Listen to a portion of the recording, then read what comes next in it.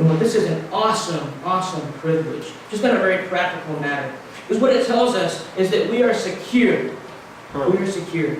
If we are feasting on Jesus, as it says here, if we are coming to Him, if we're believing on Him, then we can be assured that our eternal fate is secure. We have passed, past tense, we have passed from death into life. And this is a secure gift.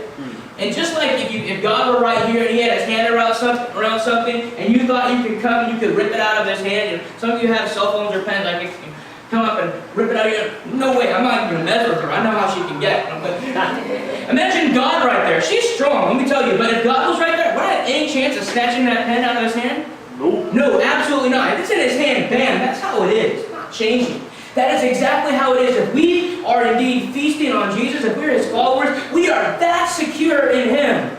And so what this means is, while we continue to need to have an awe and a fear and a righteous reverence for God, what we don't need to have is a constant fear that if, as we displease God or we sin in small ways, that God is just waiting to kick us out.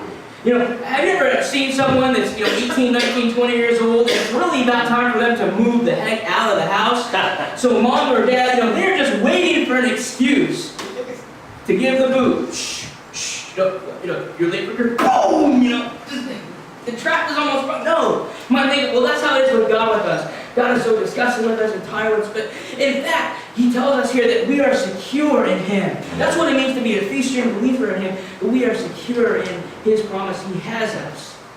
If we're unsure about whether we're in fact in God's hand, whether we're in fact coming to Him and feasting on Him, believing in Him, trusting in Him, here's what we need to not do. Oftentimes what we'll do is we'll think back on ourselves and say, did I really believe in Jesus? Some people will say, well, was I really baptized? Did I really mean that sinner's prayer when I prayed it back in the day? When I walked down the aisle, was that really a real experience? And there's a lot of unsureness about that. Maybe I should do it again. Maybe I should get baptized again. Maybe I should do this again. Okay. Did I really ask Jesus into my heart, or was I just playing?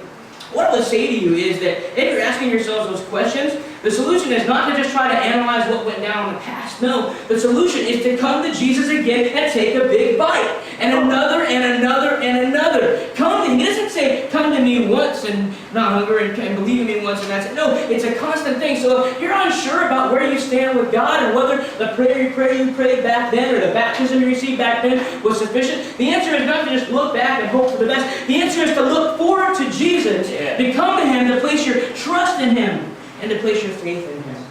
Again and again and again and again. And that's how we make our calling and our election sure. That's what it looks like.